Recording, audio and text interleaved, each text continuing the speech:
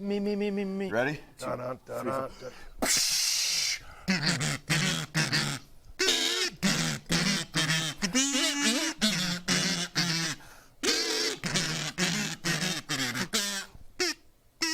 It's going to be tough to top.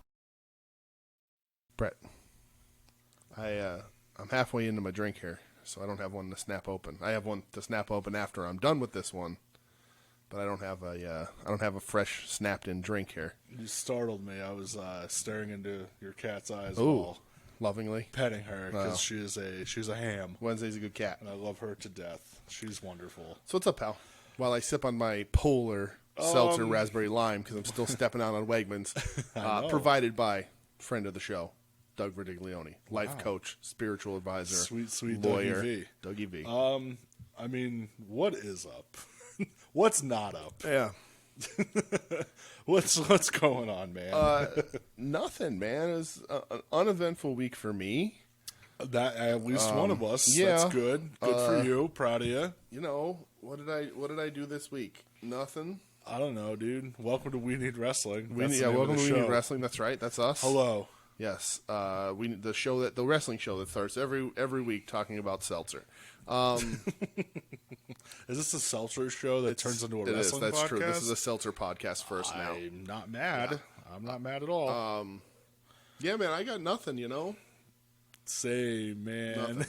nothing podcast worthy anyway. No. Nothing. No, just nothing. Right. Just nothing. Boring week. Kind of a boring week in wrestling, like news wise. Yeah, Nothing. I didn't really. You know, people out there acting fools. People out there attacking people on the internet.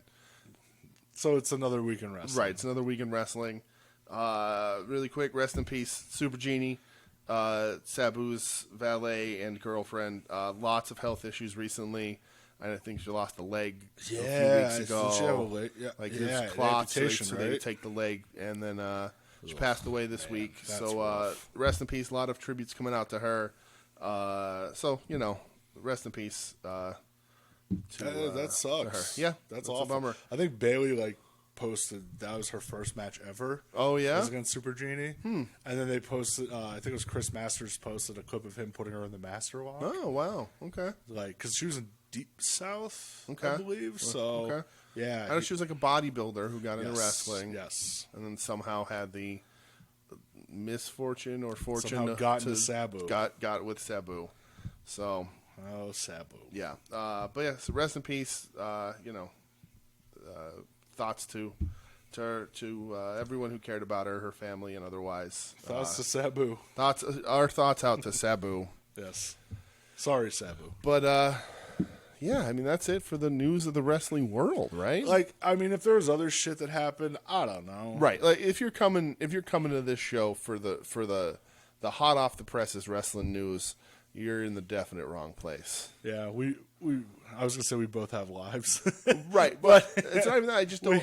I just tend not to pay attention to that. Like I can probably go on Twitter right now and drum up 90 things to talk about. I haven't been on Twitter in a few hours, so I'm sure there's something. But I'm just not. We'll let other people handle that kind of shit. Oh yeah. We don't need to talk about any meetings or anything. Ugh, So God damn it. But yeah, that's it. I mean, it's it always feels a little empty when we don't have any news to talk about. Yeah. But we always fill the time.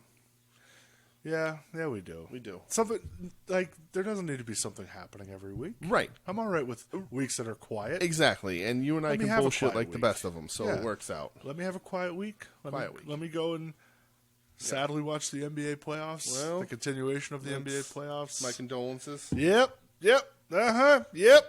I'm just real sad. Yeah. I mean, we could turn this into a Ben Simmons hate podcast if you wanted to. I don't want it to turn into a Ben Simmons hate podcast. I want to turn it into a Ben Simmons, please be more aggressive on offense / Doc Rivers, how do you keep blowing leads podcast. Okay. But there's already a Sixers podcast called Rights to Ricky Sanchez. So Okay. we'll let them handle All right. it. They rule. Okay. Do you want to know what else ruled? What ruled? Everrise ruled. Well, they rule they rule all the time. Okay. They're on YouTube now. I was going to say they made the switch, baby. I didn't watch it because they threw me off because they they're on sold Thursdays. out. They sold out to right. YouTube. They bought in. I like that better. That's right. That's right. I'm going to talk about some shit that we watched this week. Well, I watched I watch shows that you don't watch. Right. Well, we watched some together before any of that. That it isn't really necessary to talk about, but you and I watched 2 hours of Bret Hitman Hart's 1997. Oh my god, dude! I could talk like just watching it. I'm just sitting there and I'm going, "This is the best year in wrestling like a wrestler's ever had." So I have a This compilation. is amazing. I love Bret Hart so much. Bret Hart's 1997. It's everything he did that year. It's matches. It's promos. Credit to Doug for picking that out to watch it too. By the way, Yep. Fuck man, why did There was we even a write down what we handheld watched? in there, right? Oh Well, man, I'm real we mad. should have, but it was the beginning of his 97, and it was a lot of fun. God damn. Yeah. Yeah, it was literally like the beginning of 97. So we got through all of January. Any WWF appearance he made in the month of January, we watched. It was matches, promos. Like I said, there was a handheld in there. When he entered the Rumble. Right. It was his enter in the Rumble throughout. Yeah. It's a compilation. It's about 11 discs, roughly 2 hours or so per disc. Dude. Everything he did in 97 I love in Bret WWF. Hart. I think in WWF. I don't know. I didn't get through all of it. I mean, we know how it ends. We know how it ends, right?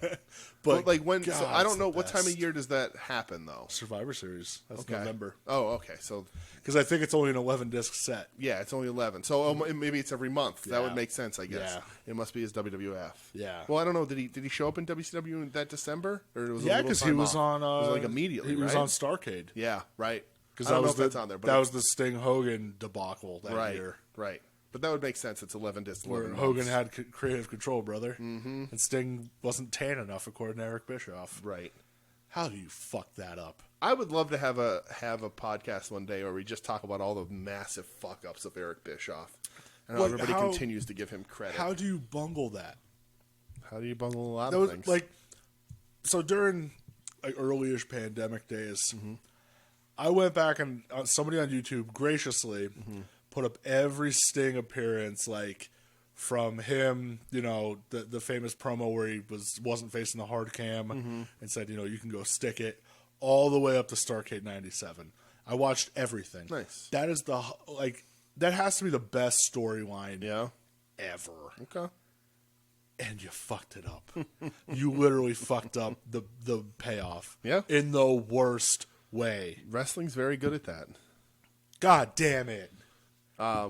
That makes me so sad. Yeah, we watched. What doesn't make us sad is the 2 hours. We genuinely enjoyed that 2 hours of Hitman. I think I had a smile on my face the whole time. He's I just kept shaking my head in amazement, just going, man, Bret 97. right, What a wrestler. right, all around. People want to. We say this all. We say this like every show now because Bret's been in sort of not in the news, but sort of the biographies and all that sort of stuff. And like just in ring, his promos are good. Like he's complete. There's a reason I drink out of my Bret Hitman Hart cup every day. There you go. God, There I it love is. that man. But yeah, all right. Now we can get into the other stuff because we did watch some Hitman. We'll probably watch more Hitman eventually. I'm always down to watch Right. Hitman. So this week on a show called Impact Wrestling that I just so happened to watch. Okay. Glad one of us does. I have two things. Okay. Number one, and I think Howard the Dave, homeboy, tweeted at us earlier to remind us. Yeah. I got to, in the year 2021, I got to watch Satoshi Kojima going up against Rhino. You watched it? Okay. I sure did. I think they put it up on New Japan World too. They did, yeah. I'll have to watch it. It's just old men beating the shit out of each other. Good. And I loved it. Listen, I love Rhino. I remember because we were hanging out Saturday, I said to Doug, "Hey, let me tell you about a match that happened 2 nights ago." And I told him, he goes, "What in the fuck?" Yeah, it was Kojima versus Rhino. Right. It was just two grumpy old men beating each other up. What's not to love? It's just two men who eat a lot of bread. They're part of the bread club. The Rhino's definitely in the bread club. So that made me real happy watching that. Good. And then the second thing was, so they were running an angle where I guess Don Callis fired Sami Callihan. Yeah. So they were having somebody from... I thought Scott D'Amore fired him. No, it was Don Callis. Okay. So, because they're running a thing where, like, Kenny Omega's avoiding Sami Callihan. I'd avoid Sami Callihan too, but not because it's a danger. For other reasons, Danger to yes. my reputation. So they said, oh, somebody from Anthem is coming here. They've never sent anybody here. So that representative happened to be Tommy Dreamer. Okay. Tommy's not still in the company? He's still there, but so they sold it that he went to the board to complain about Don Callis. Okay. Like, putting friendship over business and all that. And I was laughing because Callis was selling it so good. Like, around Scott D'Amore, he's like, oh, I'm sorry, kid. You'll land on your feet somewhere. Like, he's like, sorry about this offense stooge that they had to set down. And he just goes, Don Callis, you're fired. And Callis sold it so good. Yep. He's just like, I'm fired. He's the one who screws up all the time. Scott D'Amore should be fired. He goes, you no good Bruce Pritchard stooge. So that's your way to write Callis out of Impact, I guess. So, yeah, that was fun. Okay. I enjoyed that. All right. That's all that I enjoyed, though, from that show. Okay. It's Well, so Koji's not done yet, though, right? He's No, him so- and Eddie Edwards are tagging up. So he beat Rhino. Yeah. So that means Koji and Eddie Edwards get a tag title shot against Joe Doring and Rhino, which just it's a weird sentence to say. Yes, very weird. Especially because I'm like, okay, like Rhino, ECW, Koji. Do you associate him more with New Japan or All Japan? New Japan. Okay, same. Where I first saw him, because he was, to me, he was a New Japan guy that also wrestled in All Japan at the time. Okay, good. I'm glad we're there. Yeah, because Ten's on too. Ten's on New Japan to me. Yeah. So. Joe Doring, All Japan. Right. And then if you want to go a Japanese function, Eddie Edwards, Noah. Noah, right. It's like such a... He was Noah champ. Yeah, it's such a weird Right. combination, and they're all in Impact. Like, Yeah. what the fuck is going on? Yeah. But I know mid-July is their first pay-per-view back with fans, so I'm hoping like once fans are there, the product's a little more invigorated. Yeah. There's a lot of shit that sucks on that show. Yeah. It's tough to watch. I don't give a fuck about Moose. I don't care about Sammy Callahan. I don't Right. care about TJP. Right. Like, just I'm good. Keep it moving. It breaks my heart that, like, I don't care about seemingly W. Morrissey. Oh God!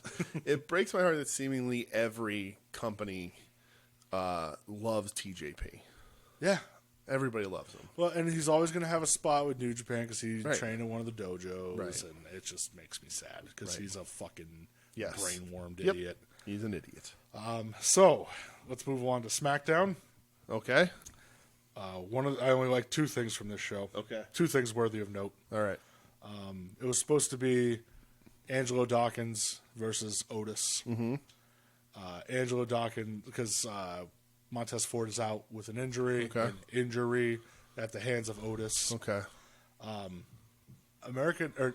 always want to say American Alpha. Yeah. Alpha Academy's finish that they did, like, because they just jumped Dawkins and beat him up, was sick. Yeah. So Gable does a German suplex, but into the German suplex, Otis hits a spinning lariat. Ooh. And it looks awesome. Yeah. Cool. And it made me so happy. Nice. So give those dudes a tag titles, not the Mysterios. Okay. Speaking of the Mysterios. Yes.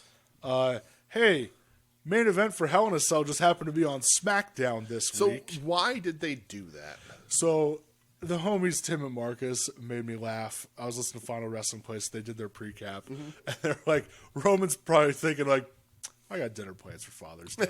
like, are you going to tell me no? Right. Like, Right. That made me laugh a lot. I don't know. Weird. I don't know why they did it. It's weird. It's the hottest thing going in the company right now. And they You would think put Roman Reigns in you a would Hell think in a they'd Cell move the on one of the other ones. SmackDown. Yeah. What the fuck? Dude, that Hell in a Cell... I've read some speculation that, lots of speculation that USA is mad at the WWE currently, because SmackDown is the better show, and Raw is plummeting in ratings. But I've also read that Fox is mad at them also. And that's where I saw Fox is mad, and they have to try to balance like all the Peacock mentions because Peacock's owned by NBC, Right. big competitor. Right. That's the problem when you're laying in bed with two network companies. Right. Like, So you make them happy by putting a pay-per-view main event match on your TV to try and draw in viewers. yeah. Could make sense, I guess. But it's all going to come crashing. WWE right now seems to be a very unstable house of cards. Yeah, I mean, we'll see when they get back on the road. See. I'm not going to hate watch Raw. I'm past my hate watching days. Yeah. I have other shit I need to do. The one thing I like about when Raw is down in the dumps is that they'll come to Wilkes-Barre. Yeah, you want to go if they come here? I'd go see Raw. A 3-hour show again? Oh shit! I'd go to SmackDown in a heartbeat. I'd do SmackDown. But Raw? Maybe if I was in the condition I was last time. Okay, I might have to be in the condition you were last time to get through that. Yeah. Because you got to think. What was the one that you went to with Chuck where that guy almost fought you? Was that a Raw? No, that was a SmackDown. That was a SmackDown? That's where Samoa Joe won the United States title. And I fucking stood up and started screaming because I was real pumped. Yeah. And then that guy was a fucking bitch. Right. Tried to fight you in front of his kids. Yeah, and I said, I'll beat your ass in front of your kid. Yeah. And then I was going to go buy his kid a shirt and be like, here, because your dad won't. But, and then he said "sons and four," and you punch him in the face. Yeah. And then he did it. And then he does an interview looking like an idiot. Yeah, with his nose all busted. He's what like, a stupid idiot. He didn't hit me too hard. He didn't beat me up. Like, what a loser. He scratched me. That was it. I'd have black eyes. You do have black eyes. Guy You sucks. goon. Yeah, but sorry. All right. Dude, I hope the Suns win just for that. What a fucking idiot that guy is. He just beat me up. You tried to sucker punch him. He grabbed you by your chins and whooped your ass. Right. And your friend stood there and did nothing. He got punched too. Right. Sons of four. We should do that. We should go to a live WWE show and try and recreate that. Except I'll just scream. I don't know. Who's there? I don't even know who we could. Who in the WWE right now could you get mad enough about to fight someone over? Probably nobody. Okay. Yeah, I don't really think there'd be someone anybody. other than Vince McMahon. There's a lot of people I would fight Vince over. I don't think there's anybody. No, it's just very lifeless and sad. But the Roman Reigns match was really good. Okay. I enjoyed it a lot. Good. Roman's the man. Roman is the goddamn man. When he's in there with one of the best. Sure, Ray's just ageless. It's crazy, but Roman is he is making that company go. I love him. Oh, there you go. There it is. You're back. You're back, baby. Did you see?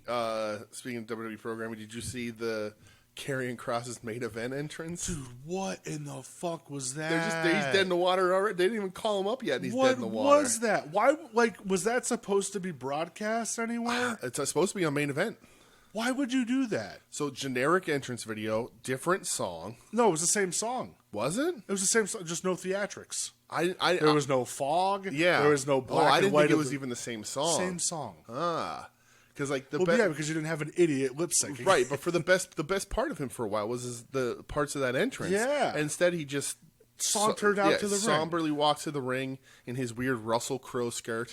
And beat his chest 5 times. Right. Like, what are you? And who was he wearing? Was he working Shelty? Yeah. Weird. What a weird. The Hurt Business not a thing anymore? No, they haven't been for a while. Really? Vince, yeah, they broke them up.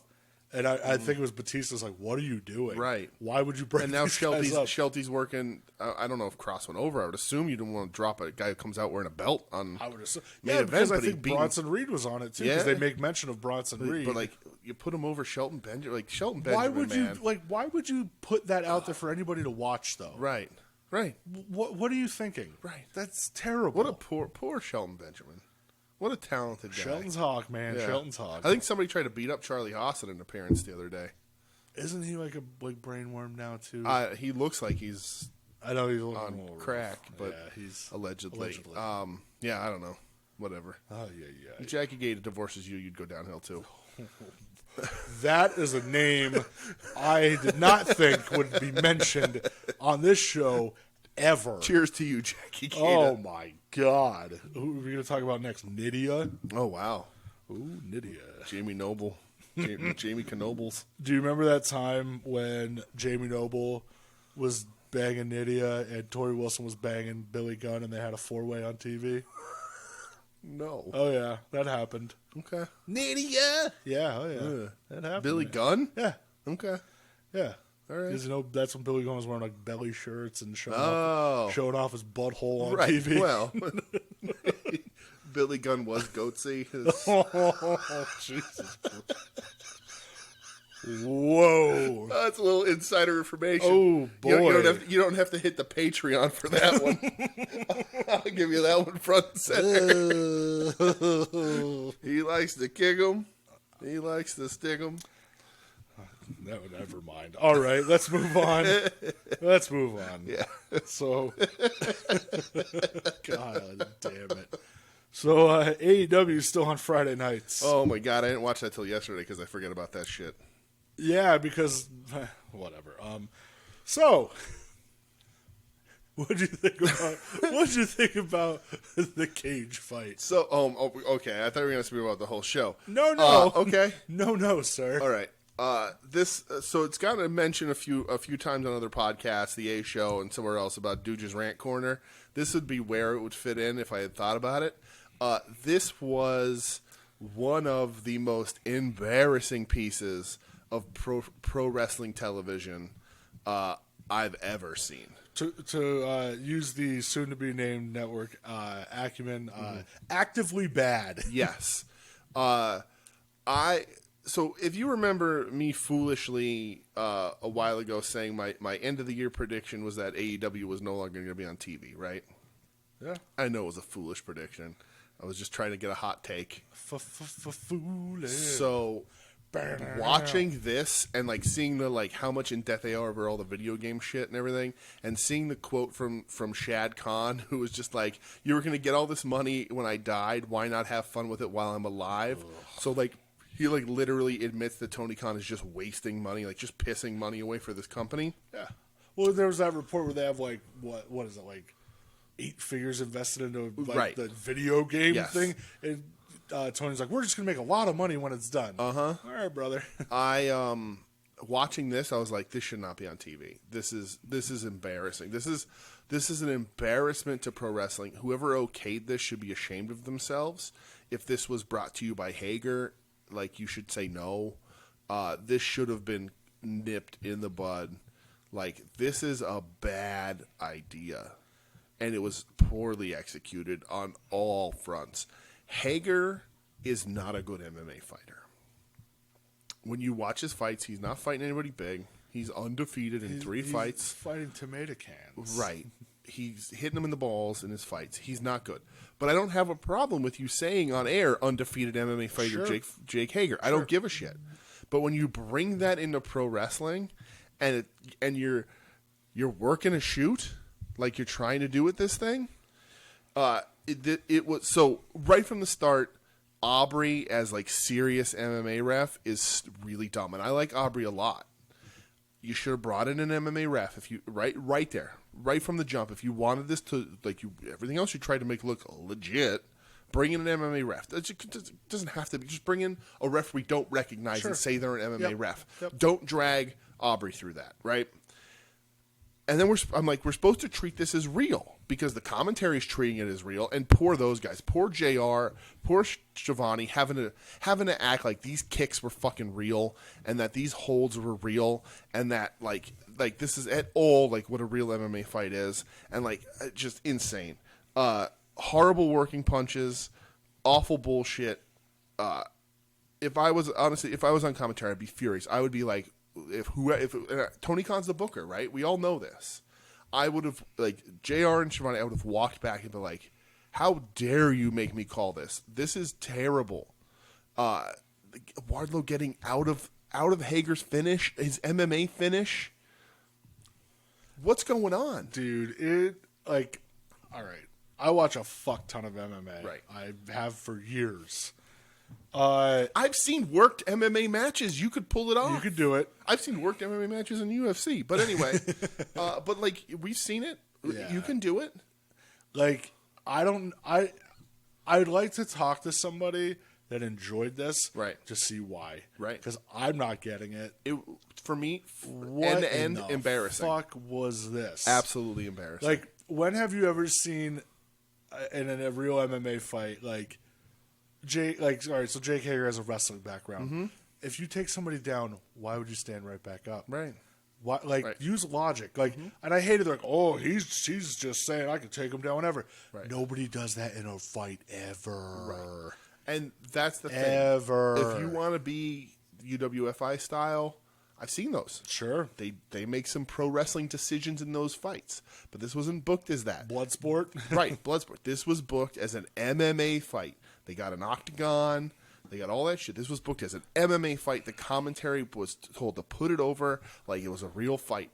And Wardlow throwing the body kicks that were awful. Like, this was bad. Yeah, it just sucked, man. Right. at least when Hager came out, I'm like, oh, he's bouncing on his feet like an MMA fighter would. Wardlow's just super flat-footed. Right. I'm like, dude, like if this was a real fight, like you're done. Hager would fucking kill him. Oh, and Wardlow has hands at his side. You're dead. Yeah, it sucked, man. Right. It was real bad. And to me, the topper of it all is that you try to get Dean Malenko to sell it at the end. Oh, I thought it was going to be that they called him Rock Hard Jake Hager. I don't give a shit. They've said that before. Rock hard, brother. You get Dean Malenko in there to bump to try and save this trash of an angle. And then on commentary, Jared's like, he has Parkinson's. I know, dude. Right? Like, please, like, and again, if Dino wanted to be involved in this, fine. Hey, how about DiBiase and Stinko Malenko taking bumps this week? And though? Sting taking bumps a few weeks ago. Yeah. And, like, Dean looked fine. Yeah. But, like, for them on commentary, be like, that man has Parkinson's, how dare. It was just a disaster. Front to back. Embarrassing It pro screamed wrestling. like what do I want to say, like cheap heat almost, you know, like. But come on, man, and I know there's that rift of the AEW fans and the WWE fans, and they won't flip back and forth and blah blah blah. I'm not loyal to either company. No, not at all. When you put out good wrestling, I'll praise you. When you put out bad wrestling, I'm going to tell you you're fucking stupid. Absolutely. And this match, I don't see how, like you said, I don't see how any AEW fan could like this match. I don't like. I said I would What love is there? to. I'd love to be like, hey, Right. What did you like about this match? Legit, because Right. I'm legit curious, and not like What is there? Not like fucking Meltzer, where he was like, people were texting me during this, talking about how great it is. Yeah. Shut up. Did he say that about Yeah. the MMA fight? Yeah. Oh my god! Actually, you know what? I went to get my hair cut. My barber told me how great of a match it was.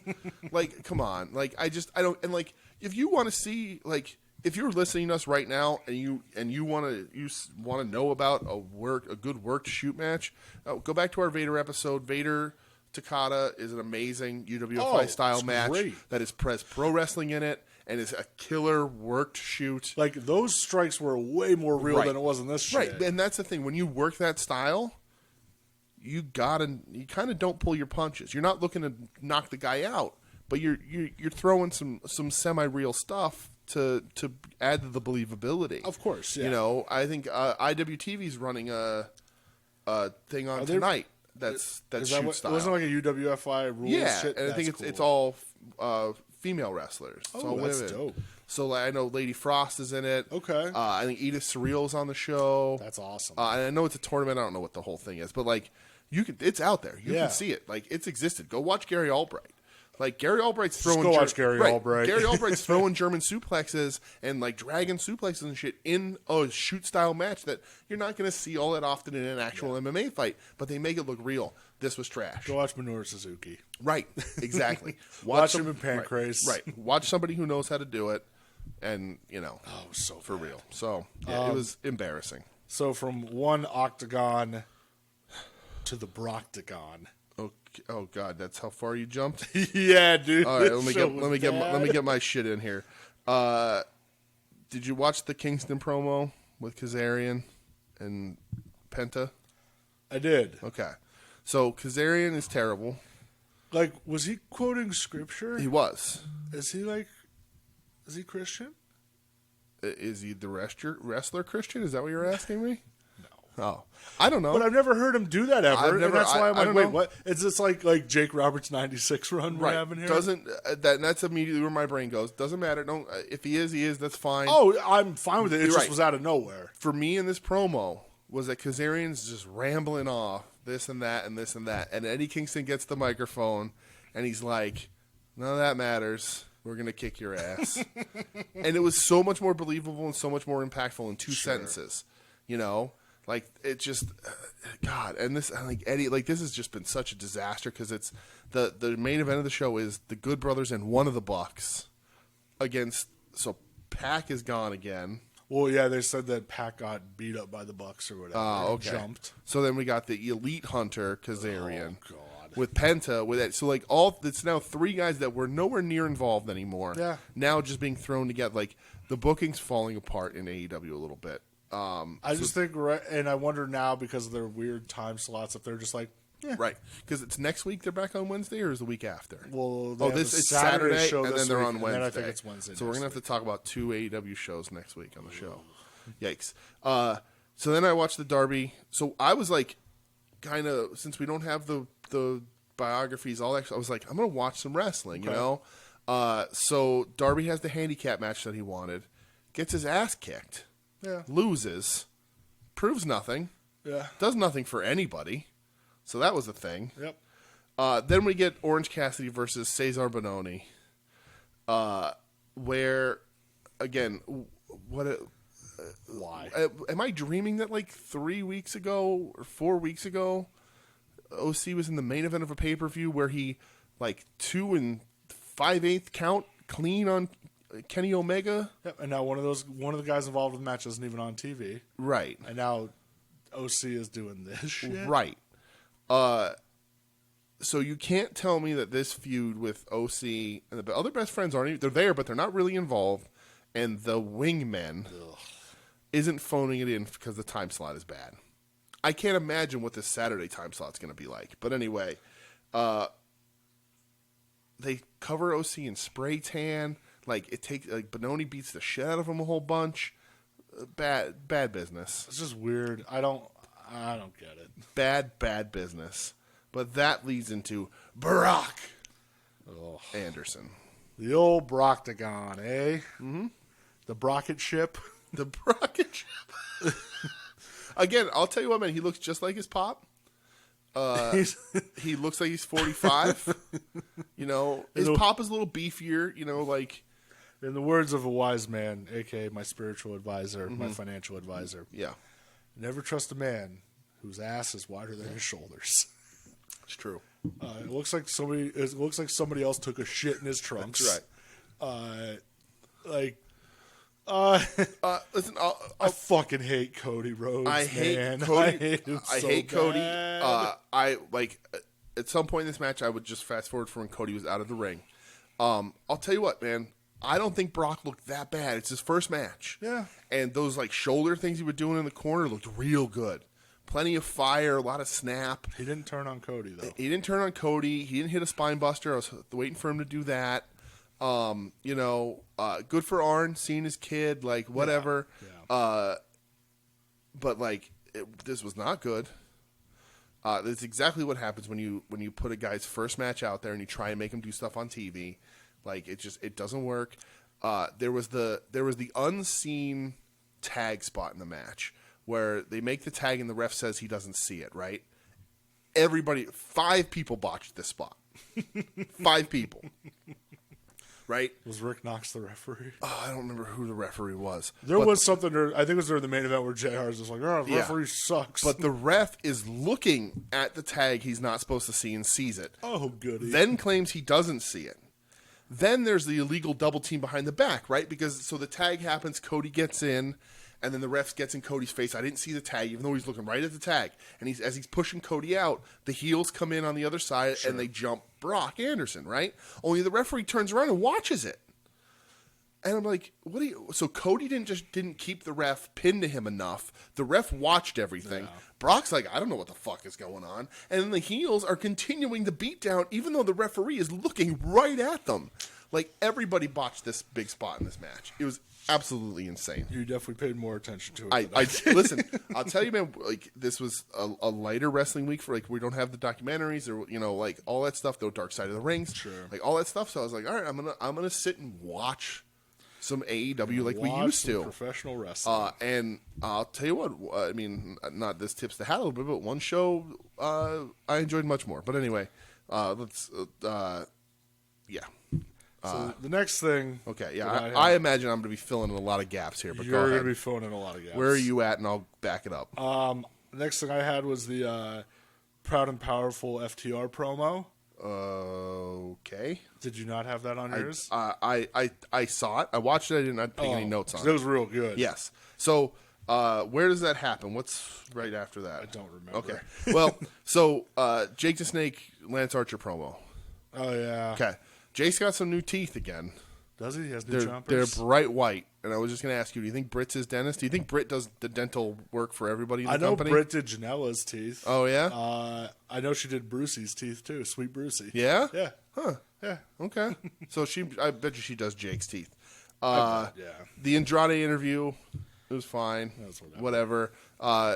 Vicky is going to be a detriment to him more than anybody else. Agreed. So that's a shame. He should be in the ring already too.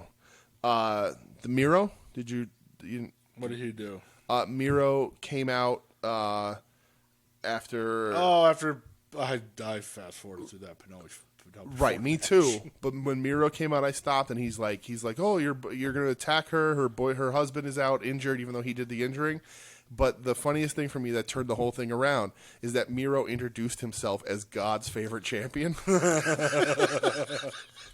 All right, Miro. And I can rock with that. Like the whole time he's been saying, like, "Thank you, Jesus, for the strength to suplex my enemies" or whatever. Hot wife, yeah. But now he literally on the microphone said, "I am God's favorite champion." I was like, "He's doing it. He's turning it around." All right, Miro. That brings me into it. Who came out to like confront him? Did somebody come out to confront Miro, or did he have a match? No, because Andrade said he wants the fight for the TNT title. Oh, okay. Yeah. And then Vicky, is that after the? I don't remember. Okay. I don't know. Vicky. They announced that Vicky Guerrero's going to wrestle next week. Are you fucking with me? No, you didn't see this? No, I fast forwarded through this shit. Oh man, Stop. It's Britt and Reba versus Nyla and Vicky in a tag match. For real. Like, not like accompanied by. It is a tag match.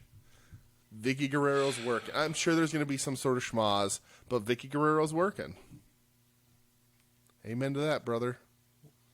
I think next week we do top 3 Vicky Guerrero matches in honor. I'm grabbing a beverage out of your fridge. To commemorate. All right, I'll keep talking here.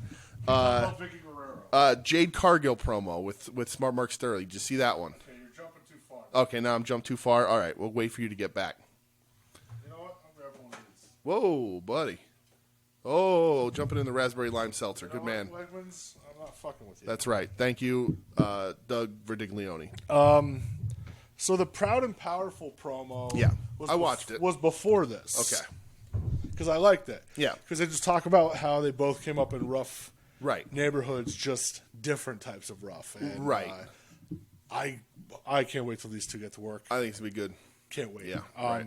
And then the next thing I did have was a promo code that bitch. Okay, so I took the Proud and Powerful thing where like the bald fat baby and the other one were like, we were tough. We grew up in hard times too, everybody, and like Proud and Powerful were like, we didn't have parents and we started doing crimes. Yeah. And we did some crimes. And like the Revival, what are they now? FTR. Or like we slept in a car.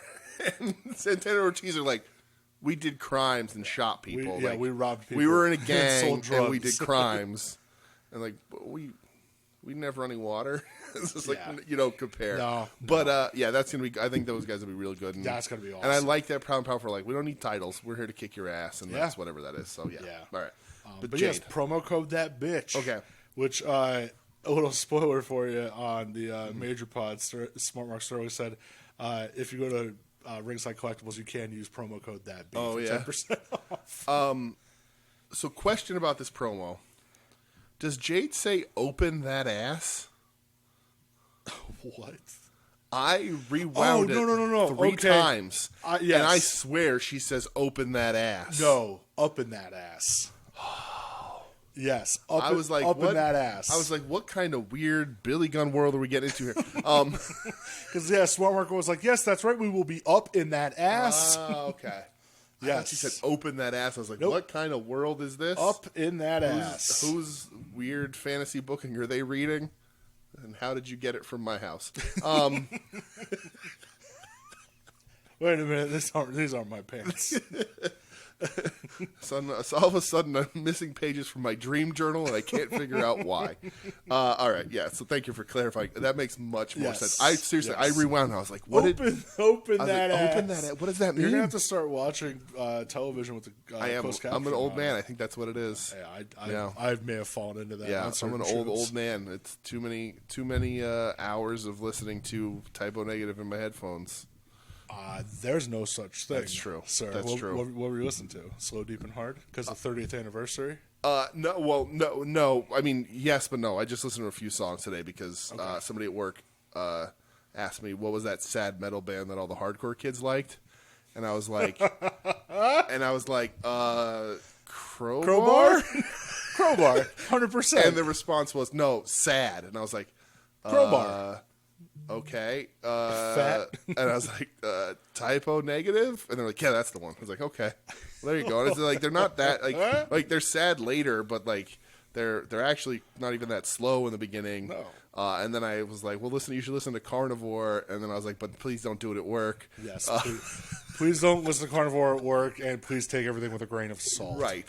Understand that even typo is all satirical and meant to be funny, not to be taken seriously, as you can tell by the guy who has a song about how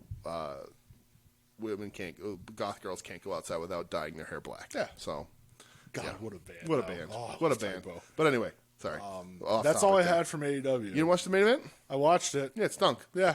That's all I had. Right. It wasn't very good. No, like it was. I felt like the guys in the match that can wrestle weren't given the opportunity to. Yeah, and I did not like it at all. Yeah. This was a stinker of a show from AEW. Again, I think they're just doing it to keep because the time slot's bad. I agree. I think that's what it is. They know that the time slot's not going to bring in ratings, so why waste good stuff? I agree. And I think that's a bad strategy. I think you build a bigger fan base by putting on good shows in bad situations. But yeah, I think it was a disaster of a show. Just right from the beginning. God, that MMA fight was embarrassing. But all right, yeah. So I didn't watch this on Sunday. I didn't watch Hell in a Cell at all because there's just random matches in Hell in a Cell because Hell in a Cell literally means fucking nothing anymore. Right. It bums me out. I don't follow the main product at all, so there's no point. Like I would love that. Is it a Raw? It's a no. They don't do the Raw. Do they do combined pay-per-views? Like I would love Sasha and Bailey, or not Sasha, but Jesus Christ, Bianca and Bailey. I heard it was really good. It may have been. Yeah. Why is it in a Hell in a Cell? It's not at that level. Right. Hell in a Cell is supposed to be like. Plus, not being able to bleed in a Hell in a Cell just throws me off. You need to be able to like do some wild shit to pull off a Hell in a Cell match anymore. Right. Yes, agreed. Because no matter what, you knew if a Hell in a Cell match was happening, somebody's going coast to coast. Right. Well, and I think like Hell in a Cell sort of, while they're great and they do have their own aspects that make them work, I feel that WWE has tried to level up into other gimmicks for like the Elimination Chamber and all that other stuff is a similar concept to Hell in a Cell with added gimmicks into it. Yeah. So Hell in a Cell, unless you're going to be absolutely crazy or work a great match like Undertaker Shawn, then it just the impact isn't there. It's just sort of treated like any other cage match anymore. Yeah. Unfortunately, the first couple really set the bar really high. But I did hear that match was really good. Hell in a Cell, Heck in a Sec, Rage in the Cage, Penis in your anus. Whatever you'd like to call it. Right. Speaking of people that were very famously involved in a Hell in a Cell match. Yes. I know you watched it. Mm-hmm. The Mick Foley Broken Skull sessions. I did. I watched it like the night it happened. I watched it Monday after I was done working. I finished it Monday, but yeah. I was very happy when I saw the runtime was 2 hours. Yes, me too. I wish it was 6. He's doing a lot of these. I guess he probably did them in a clip, right? Well, no, because they talk about like they right off the bat, Austin's like, A&E biography, and that was the second to last one. That's true. So this must have been done just in the last. I hope there's weeks. more. This is a different aspect. So you and I think it's safe to say I can speak for you here. We know just about all there is to know about Mick Foley. Yes. Mick Foley, again, speaking for you, one of the best to ever do it. Yes, you're speaking for me, yes. Just, a guy that will get endless love from the both of us and is a quality human being as well, even when his kids have to yell at him for following too many porn stars on social media. Oh, Mick. Oh, the Mick. But I was super excited for this because Austin brings a little bit of a different element to these things, right? So the A&E biography just happened, and that was an intense thing. Like that covered a lot. It was great. And there's been the DVDs and all that stuff that we've seen. There it is. So not much about Mick's life is secret anymore in his wrestling career, but Austin brings this element of like two workers talking, and they used to ride together, right? So like hearing that stuff, them breaking down matches, them talking about that sort of stuff is really cool and adds an extra element to make this not just him rehashing everything we just watched in the A&E biography. I love the stories of them fucking with Dally on the road. That I had to pause it. Yeah. I was laughing so hard. Yep. Like that was where they're riding the one day and they agree. They're like they both just like pull each other aside. Yeah. They're like, we're going to break him. Yep. Like, we're going to do everything we can today to break DDP. And this is before DDP's worker. This is Stunning Steve. This is Steve and Mick. Yeah. This is Cactus and Stunning Steve in WCW. Yeah. So this is manager DDP. Well, I mean, could be like this is not manager beginning a DDP. wrestling career, but yeah, this is manager DDP. And he's like, we're gonna break him, Yeah. and just needling him all day. Love it. And like he's got the fucking knee pad, the knees wrapped and everything, and they fill his bed with cookies. Dude, oh. I lost it, man. I had to pause. Like when he says that, like it's full of cookies, and they're sitting in the dark and they're laughing and they're trying not to make it know that they're there. And he finds the one and he's naked except for his knee wrapped in ice. And he starts beating up Mick. And he's like, "How do you like that? How do you like that?" And Mick just looks at him. He goes, "Honestly, Dallas, it's not so bad except for your naked ass bouncing all over me." And he says, when Dally walks to the other side of the hotel room and you hear a from his knees, and he sits down and it's quiet, and then 2 minutes later he goes, "Bro, I'm gonna get my own room tomorrow." It's the funniest thing in the world, man. Dude, I love it. I love the harmless ribs. Like, there's a lot of not harmless ribs. Yeah. That Kid. right, that I've laughed at, but like then you think about them, you're like, holy shit, this is like really damaging, awful shit. But man, this is just a harmless rib, and like it's just so funny. Oh, it was so good, Dude, what was the? Never mind. I'm not gonna talk about that one here. the beach. No, I wasn't gonna bring that up. Him, Austin, and Regal at a gay beach. Yes, That's amazing. Right. Like, I love when Austin's like looking around. He's just like, "Oh hell, we're at a gay beach." Yep.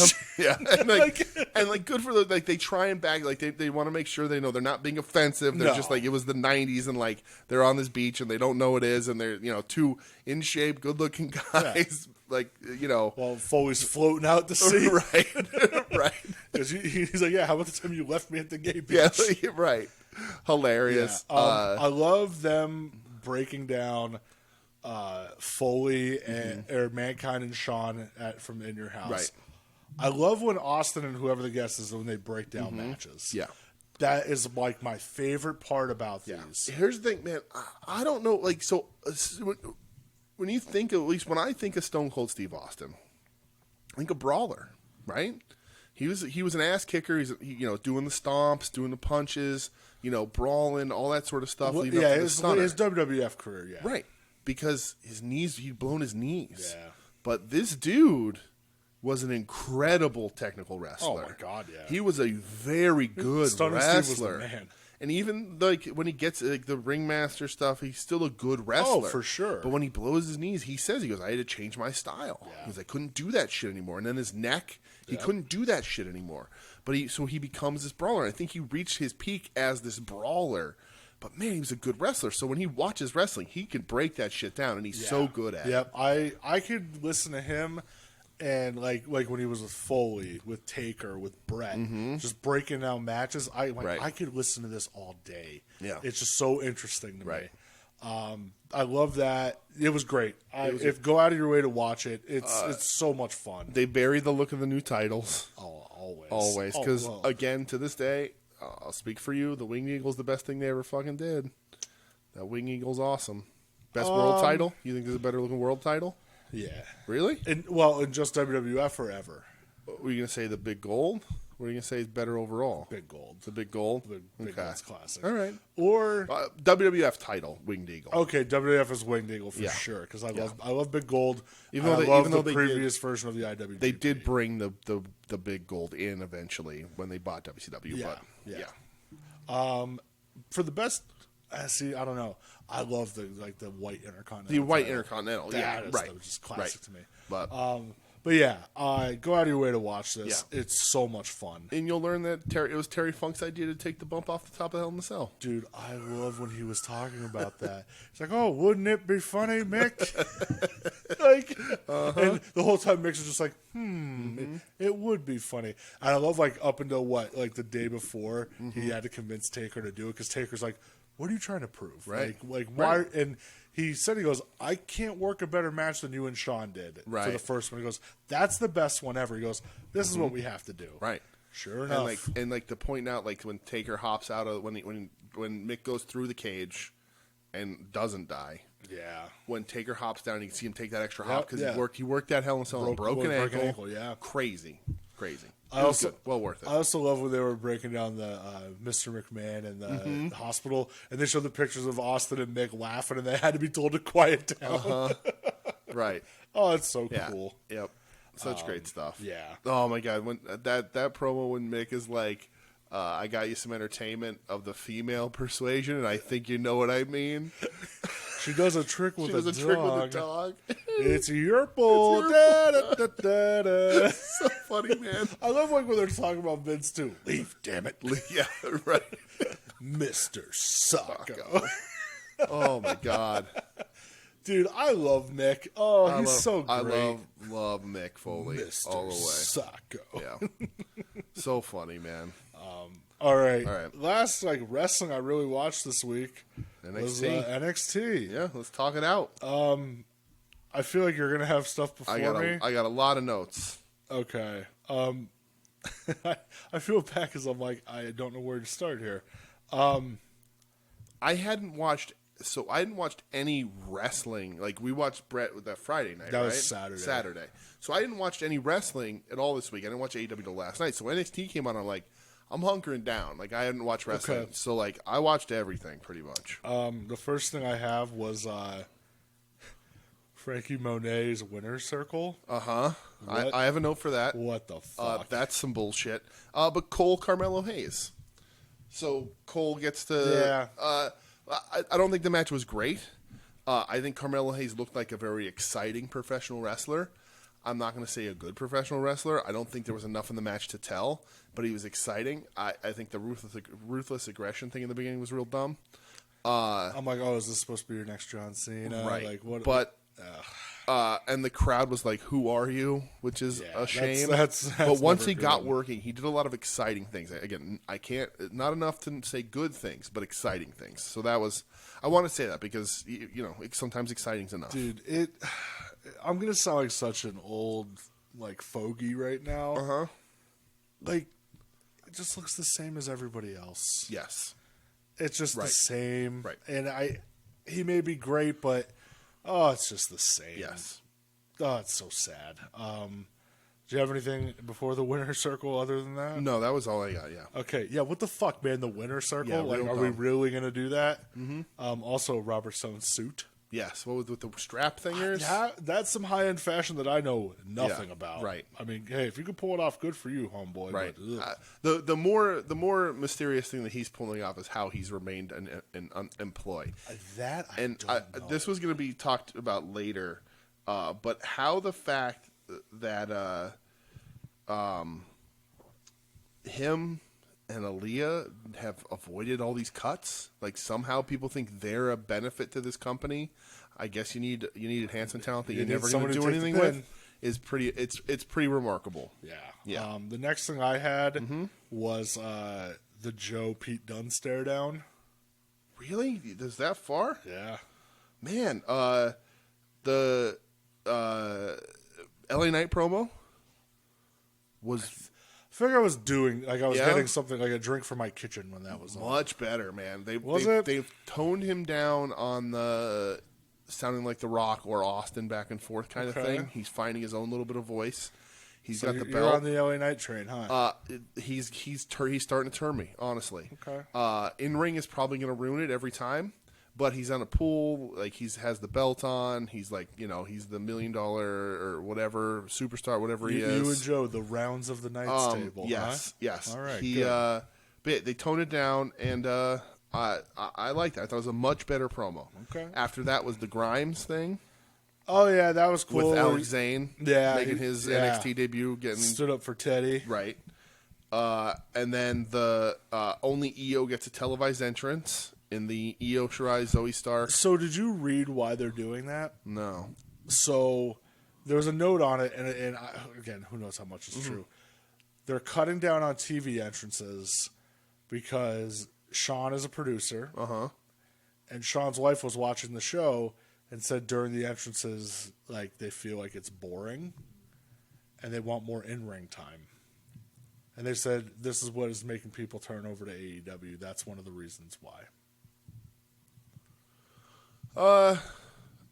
I mean, I can only speak for myself, and no. Yeah. Entrances are a huge part of wrestling. Entrances are part of the theatrics. The problem is, and again, one, I don't think Sean's wife is the end all be all. Is the proper opinion maker here, but I can see that when your entrances suck. Yeah, which most do. But like, entrances are important. Yeah, and they're huge. And if you want to build character, that's a really good spot to start it off. Yeah. So I was like, that's weird. Because honestly, like, and again, it could be true with newer wrestling fans. I don't know. You know, I'm creeping out of that main demographic that they like. And maybe she's like looking as an outsider where Right. I'm tuning into the show for wrestling and all I'm seeing is entrances. Right. Well, Maybe. what's the demo? It's 18 to 35 is the demo they look for, right? Yeah. So I'm out of that demo. So maybe it's not me. Oh, you're old. Right. But like, maybe, you know what I mean? Like maybe Yeah. maybe new wrestling fans do feel that way. I don't know. Yeah. But I love a entrances. good entrance. Love them. And like, I think EO has a good one. And I think with somebody like Zoe Stark, who like, She has generic rock theme number 45. right, but like you're doing something with her. She's been featured a bunch. Entrance can help. With Aaliyah and Jessie Kamea, there's no point. That I get. Yeah. But like, if you're trying to build somebody, they got to have an entrance. Yep. So that's weird, but Yeah. okay. But it was actually a pretty decent tag match. Believe it or not, it was a fine tag match. Yeah, I thought it was It was okay. fine. It was fine. Yeah. It was for an Aaliyah Jessie Kamea match. It was actually good. I was like, all right, there's a story here. There's some good wrestling. I did like didn't after mind the it. match, the brouhaha, Yeah. where Dakota Kai dumped one of the security guards to the outside, Yeah. and she tweeted out saying, "Damn, I'm strong." I thought we were going to get the 8 women tag match out of this. Okay. I thought what they were leading to was EO and Starks, Shotzi, and Ember versus the Dudettes with Attitudettes and The Way. And then you would have the breakdown during that to split everybody off. But instead, they're just doing the 3-way tag match for the tag titles because Indy and what's her name? The fairy, the Candice LeRae. Sort of weren't involved in the brouhaha, so I get it. But I thought we were getting a big sort of 8-woman tag match. But either way, Yeah. it's fine. Put Shotzi and Ember back on my TV, and I'm not going to complain. I would never complain. So, did you have anything before the Joe Dunn other than that? where does the Joe Dunn happen? I think it happens after the Dunn tag match. Okay, It's when Cross is leaving the building. Oh, all right. Yeah. Oh, yeah. There it is. I see it in my notes now. I watched Dunn, Lorcan, Gargano redacted. I didn't. I fast forwarded through everything that wasn't Gargano and Dunn in the ring. Okay. Because Gargano versus Dunn will be killer. Oh, it's going to be great. And in this tag match, they were killer. But both of their tag partners leave a lot to be desired. I mean, in the ring wise, I like Oni. Yeah. Oni's good. Right, but he didn't. you know. This match, he didn't do much. But Dunn Gargano will be killer. It'll be awesome. It'll be awesome. Yeah. But yeah, all right. But I love how they keep teasing the Joe Dunn stare down. Right, Karrion Kross bores the shit out of me. Yep. Joe Dunn excites me to no end. I love how they just stare at each other. Right. God damn it. And like they're walking a tight line here because if Joe can truly never be healthy again, you're teasing something that's going to be disappointing. That makes me real sad. Right.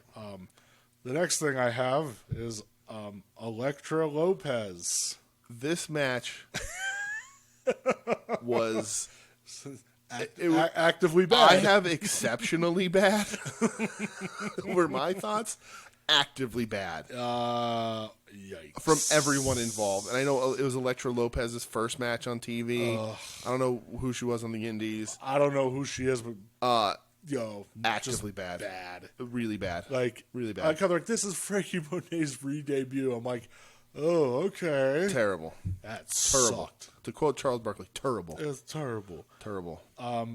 I did like Everrise trying to spray paint. Right? What's Hilarious. his name? $1. $1. So I like that everybody calls Top Dollar King because Yeah, even the Bronson Dollar Reed King, yes. Bronson Reed calls him it in this promo. Yeah. Which is funny, or in the interview. That's really funny. And then I like how he's just like, ski masks don't work when you have your name on your shirt. I love that. Really and then funny, they just man. run off. Really funny. like the thing is, man, that works. And Hit Row, I'm all in. Hit Row's great, All in. except for that big guy in the ring. I don't know, something about it just doesn't click for me. I mean, he needs Cousin Tahuti's the man, right. He needs a lot of polish. Again, his gear I think is awful.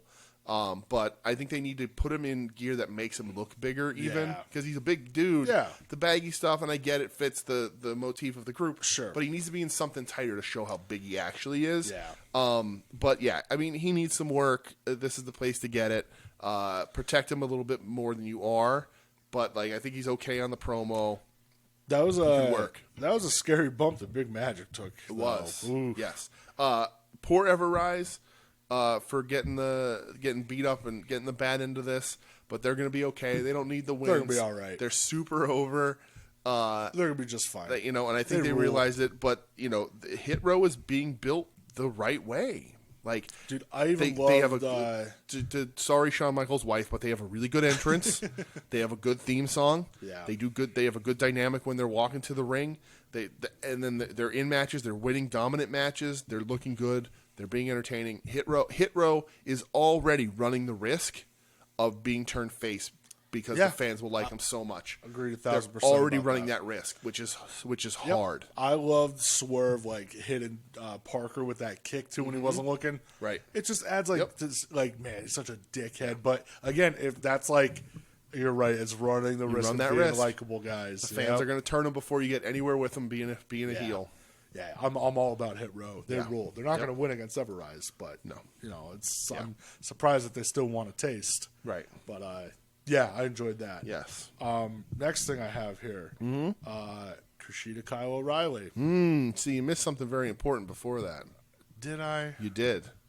You did. Did I? You did. Because next week it's announced that we're having the in-ring return of Big Boa. Big Boa stepping back in that ring, man. Not how long has it been since we've seen Boa in a wrestling match? I don't know. The last time Killian Dane murdered him, pre-pandemic. Right.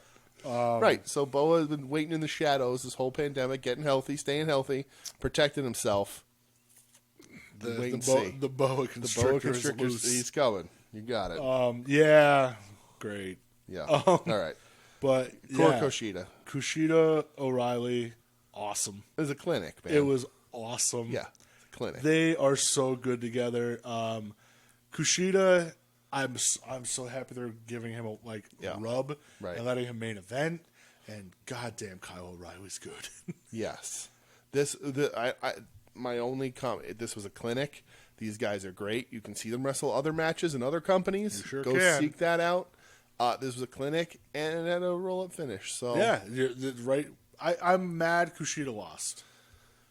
Yeah. I'm mad he lost, but things that happened after the match, right? I understand. But, right.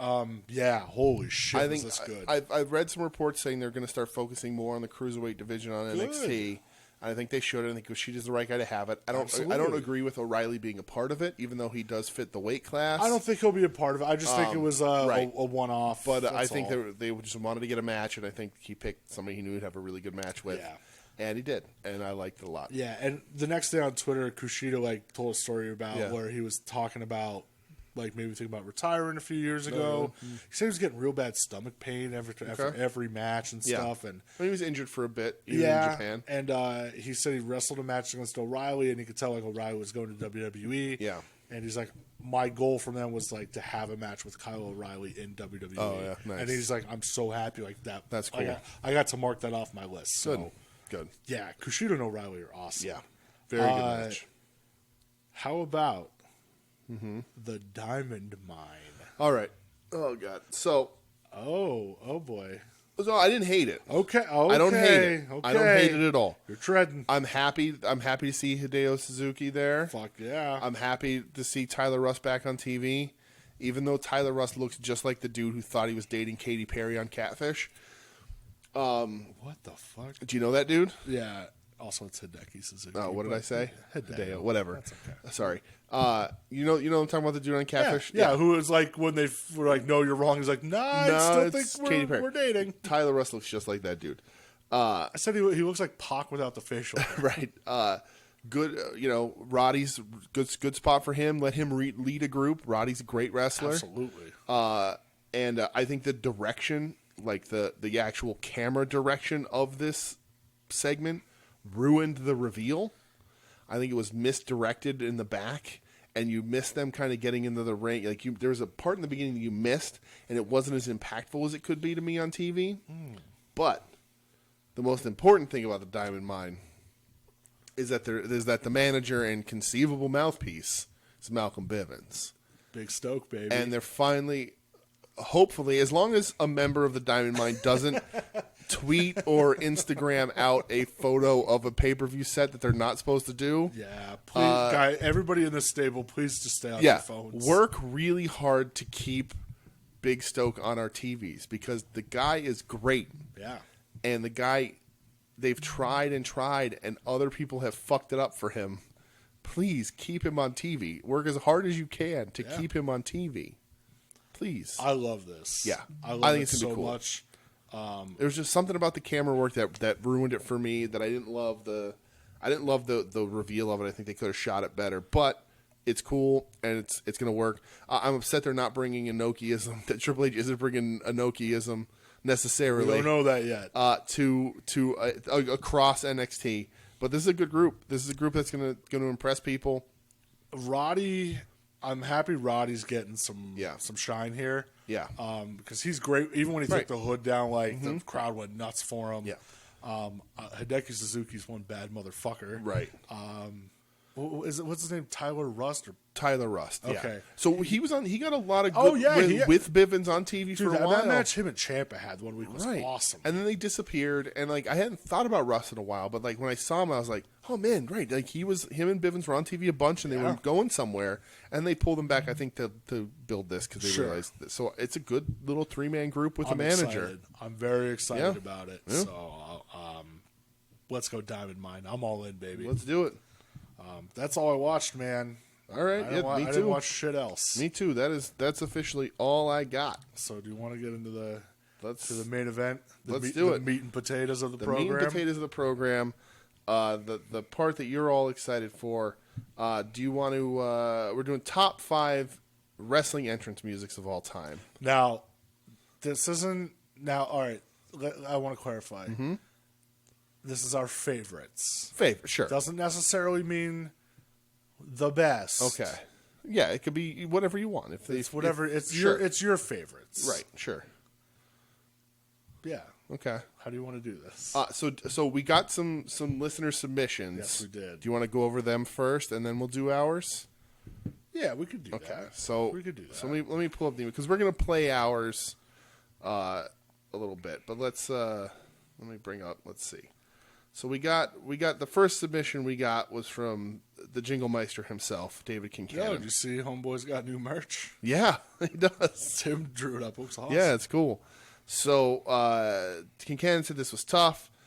Surprised how many recent songs there are.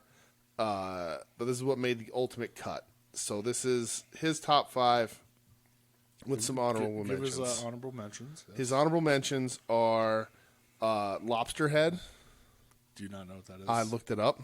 Oh, you didn't know? I had no idea. It's a shameful thing. Lobster Head. Yes. Yeah. And then Walter's piece. Of course.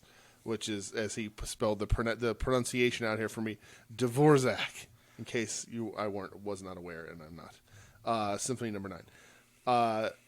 His number 5 is Metalingus, Alter Bridge, which is Edge, right? Yeah. That's the You Think You Know Me, right? It's like the real heavy riff in the beginning. Yeah. And it's good. Okay. It's a good theme. His number 4 is Cult of Personality. Yeah. Oh, okay. That's what that one is. Okay. Yeah. 4 is Cult of Personality, CM Punk. Fuck yeah. He says... That's such a badass song. I know there are people who like The Fire Burns a lot, but I'm old, and in the mind of 10-year-old me, there's never been a band cooler than Living Colour. Certainly not Killswitch. Okay, listen. Cult of Personality is one of my favorite songs of all time. I love me some Killswitch Engage. And Punk was my favorite WWE wrestler at the time he was using this song. I like that he used Cult of Personality. I like that song, but I did not include any songs on my list. Otherwise, it would just be 1 through 5 would just be the game because Motorhead's the best and Triple H hugged Lemmy. Kincannon is number 3, The Rising Sun, Shinsuke Nakamura. That's a banger. I feel like the CFO nailed the atmosphere needed for Nakamura's entrance. Number 2, The Heart Attack, Bret Hart's entrance. Probably the best song that Jim Johnson has written, is writing, or will ever write. Nice little reference there. Like it. And his number 1, it's Worlds Apart, Sami Zayn's entrance.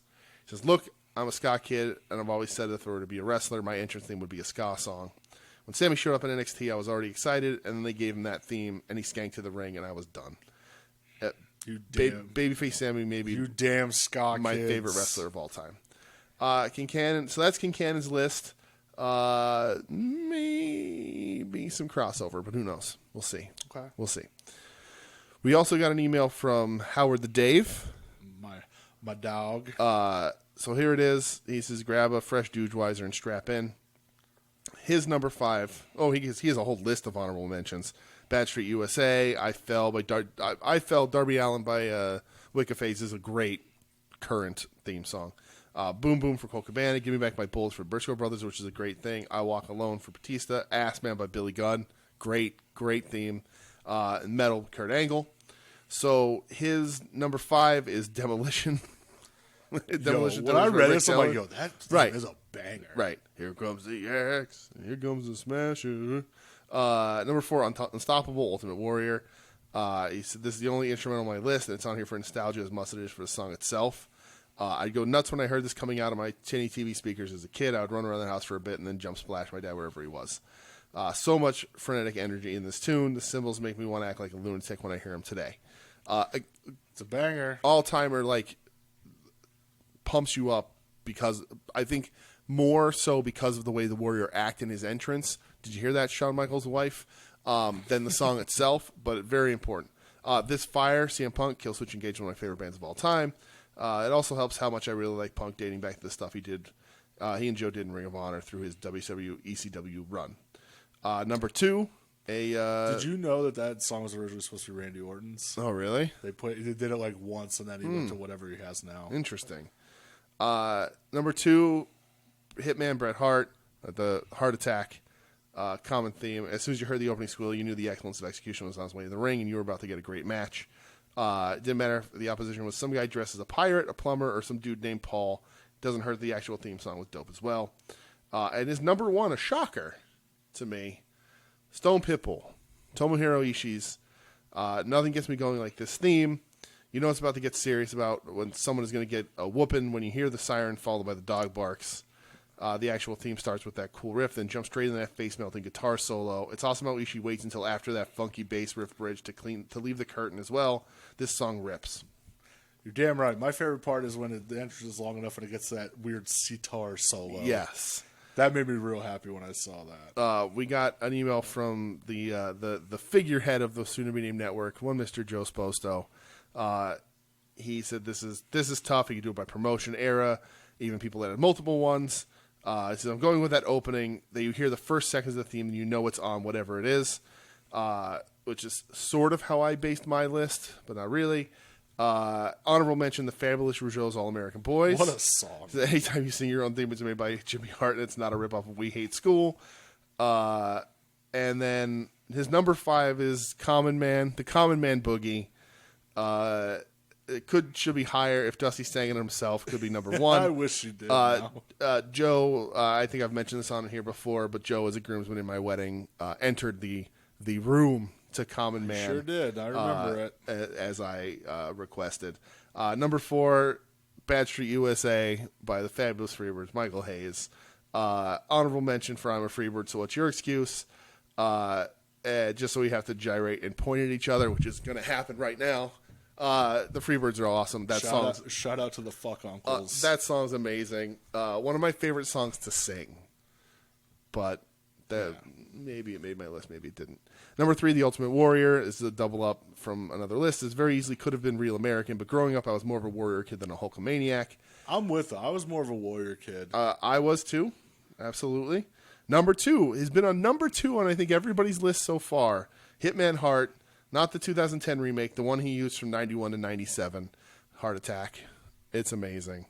And number 1, Stone Cold Steve Austin, When the Glass Breaks, It Means Your Ass, and everything after is great too. That's a classic one. What a That is fucking banger. that was sort of. I try to take my list in the same way, sort of like a iconic, like the opening sound linked to a guy embodies a guy completely. Sure. That one certainly fits that list. And then, do you have the Twitter one up from Justin? Any chance? Yes. So, our homie Justin Pierce, he said, Jimmy Malbro and Christopher LeSabre. Here's my top 5. So, number 5, Batista, I Walk Alone, done by Saliva. Number 4, Edge's Metalingus. Mm-hmm. That's a repeat. Yep. Number 3, Minoru Suzuki, which Okay, maybe it's a good one. Fun one to sing at a Dude, it's a live event. It makes my heart melt. Yeah. Number 2, LOD's theme, Okay, which is awesome. right. And number 1, Enter Sandman for the Sandman. Of course. And he said, I'd also say, without a doubt, the Road Warriors of Japan coming out to Iron Man would be my number 1 if they did it more than once. Yeah. Which it is such a badass It is. image. And Enter Sandman is that thing, a wrestling fan of a certain era, of a certain age, that Enter Sandman's linked to Sandman, vice versa. Like, that is, you hear Enter Sandman, you look up to the rafters, right? That's just what you did. You looked up to the balcony to see where he was. Yeah. So. Did you see that we got followed by some cam girl? Did we? Cam girl, Sagittarius, DM me big cocks. Ooh, wow. I'll send you over to that's Doug 13. There you go. All right. Our spiritual advisor. All right, so do you want to go like back and forth, one for one?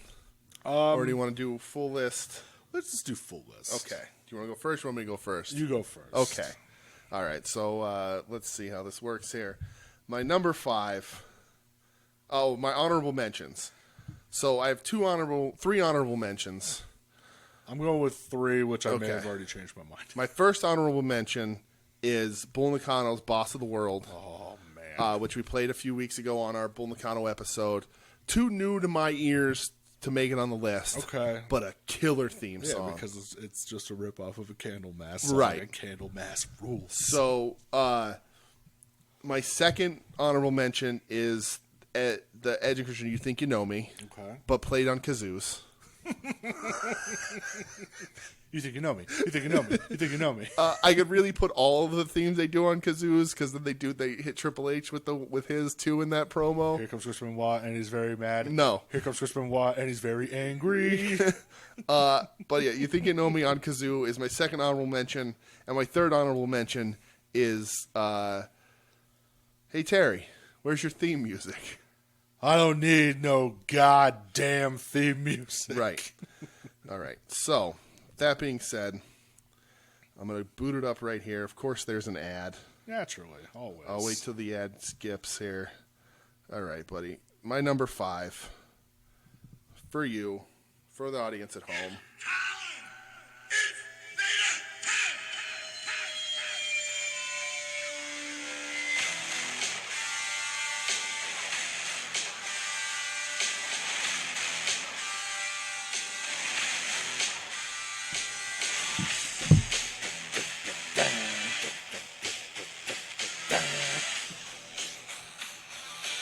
So, Big Van Vader, Mastodon, his second WWF entrance theme. Okay. To me, this one's one of my sleepers, one of my maybe not so obvious. But like, I hear that and I could feel Vader walk down the ramp. Okay. Well, that was like how Jim Johnson wrote it, man. He Right. wrote it, it's called the Mastodon. Exactly. Just the Vince does it. The thumps, just the 1, the 2. Like, it's big. It just immediately for me feels like Vader. Okay. And as a kid, Vader time. It's Vader time. Like all that together. So no, I tend to lean more his WCW theme. Okay. song, but All right. I get it. Okay. I totally. Hey, your list, not mine. All right. My number 4.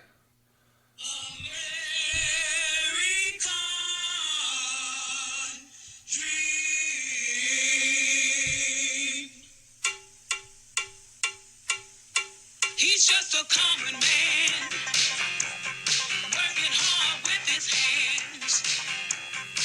He's just a common man, working hard for a man. Hey, he's American